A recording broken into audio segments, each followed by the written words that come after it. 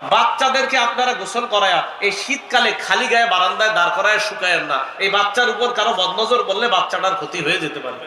আপনারা হাদিসে পাবেন আব্দুল্লাহ ইবনে জাফর রাদিয়াল্লাহু তাআলা আনহুর সব ছেলেগুলা, আপনার সন্তানগুলা একদম কাঠ হয়ে গেছে শুকায়া।